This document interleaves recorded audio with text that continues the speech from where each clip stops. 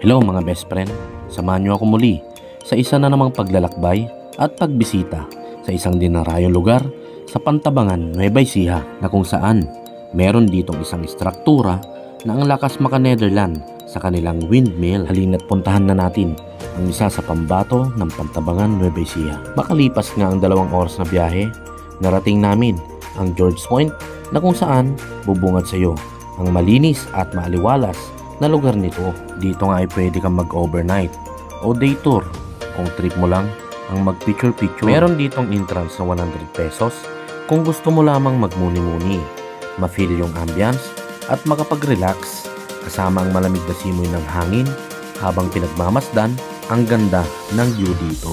Meron din silang 400 peso package deal na kung saan malilibot mo na ang buong George Point Bill na unlimited mong masasakyan ang kanilang electric shuttle na merong mababait na driver na sobra kong umasikaso. Dito nga ay masisilayan mo na rin ang ganda ng Pantabangan Dam na sobrang nakaka-amaze sa lawak nito.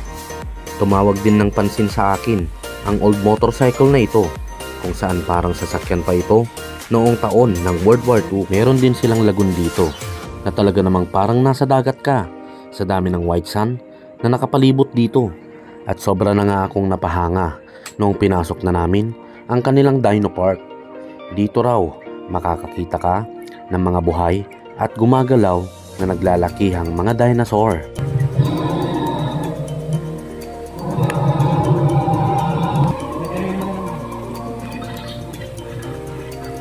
Yung sasakyan, tinumba niya.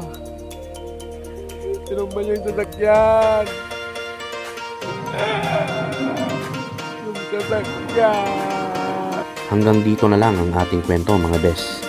Gayain ng mga tropa at lalo na ang pamilya. Tiyak na may enjoy ng mga bata dahil sa kakaibang experience na kanilang madarama.